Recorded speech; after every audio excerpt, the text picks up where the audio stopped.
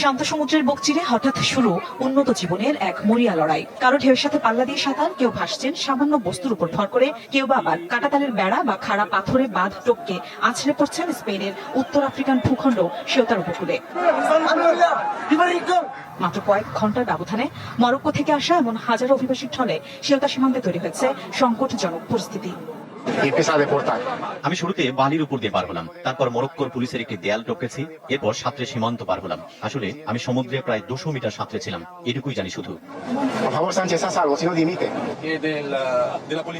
সবার মতো একটা দলের সাথে সাগর পাড়ি দিয়েছি, এখন সারাদিন এখানে আছি। আমি জানি না ওরা এখন কোথায় নিয়ে যাবে আমাদের।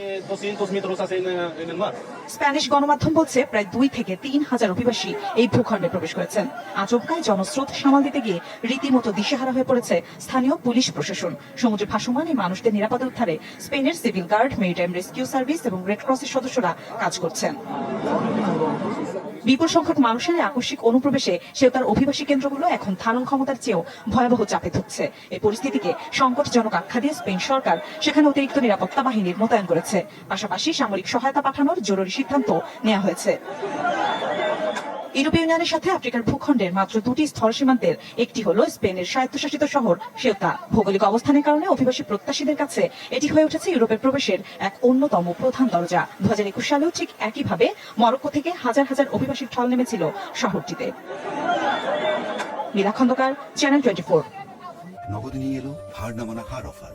সর্বনিম্ন 10,000 টাকা রেমিটেন্স নগদে পাঠালে থাকছে স্বর্ণের হার জেতার সুযোগ।